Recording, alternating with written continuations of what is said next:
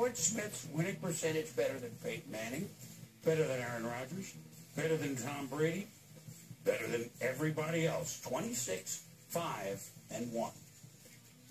Alex Smith might be a surprising answer, but his 7-0 start with the Kansas City Chiefs, coupled with his year and a half at the helm of the 49ers, has combined for quite a recent resume.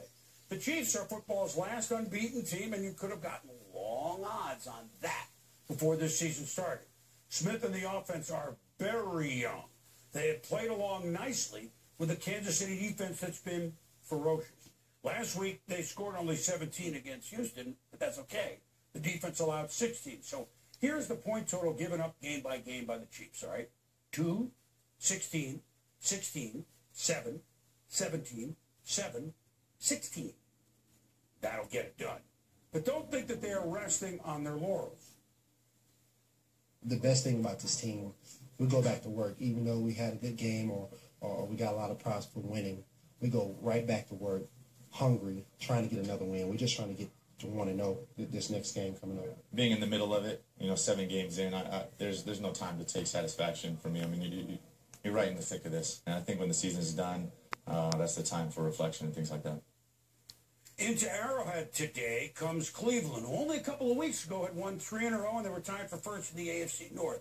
Morning, Boomer, and Alex Smith is on the bench right next to us here, and he's tying his cleats as he gets ready to begin his pregame warm-up. And, the Chiefs will concede that they're not perfect, even though their record is. You talk to Andy Reid, and he'll acknowledge that the Chiefs are the only undefeated team in the league, but he never mentions their 7-0 record to the players. As 9-year linebacker Derek Johnson put it when we spoke, we do a good job of not living on our record. And I asked Johnson about one of the obvious facts about the Chiefs, which is that their record has come at the expense of a lot of opponents like the Browns, teams with losing records starting their backup quarterbacks. And he answers by saying, hey, we're beating the teams on our schedule, our confidence is growing, and we're improving as a team. But, Boomer, if you talk to Derek Johnson long enough, he'll eventually tell you not only is the focus on the opponent of the week, but the team's goals are to win the division. And, yes, he finally said it, go to what he called the big game, implying Super Bowl without especially saying it. Yeah, they don't want to say that. Shh, Ed, keep that down over there. Listen, you're the last unbeaten team, which they are after Denver lost last week. Since they started playing the Super Bowls, if you're the last one standing, 85% of the time you reach the playoffs. Over half the time you win at least the playoff game. 40% of the time you reach the Super Bowl. Now, a lot of these times that was New England or Indianapolis in recent time, but we're going back a long way. And 20% of the time you win the Super Bowl, which is interesting. With Andy Reid on board, at least the seeds for some of the success could be seen by some of us as early as pre-draft last April. Great Kansas City. Kansas City? Weak conference. That's why I'm picking Kansas City. Seattle over them. Now that's I remember that week 1. I had them in the playoffs, as you would have expected, for obvious reasons.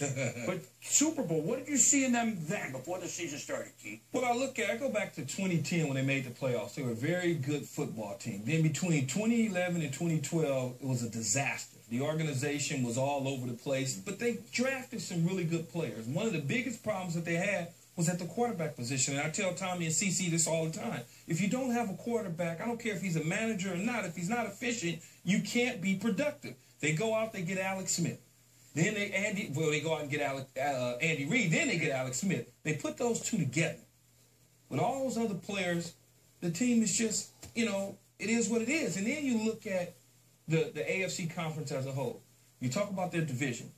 You say Denver was there. Then you go to the East, you say New England. We figured those two teams would be good. Right. Houston would be a fraud. I knew that all along. I just felt that. Mm-hmm. Indy would be Indy, and the North would be even. So I said, okay, well, Kansas City have all this talent. They have an opportunity to make a run come playoff time. I think that if they get a home playoff game, then somehow they get into the Super Bowl, and that's kind of... Well, that's humble. That's showing your work as a math, like in math projects. Look.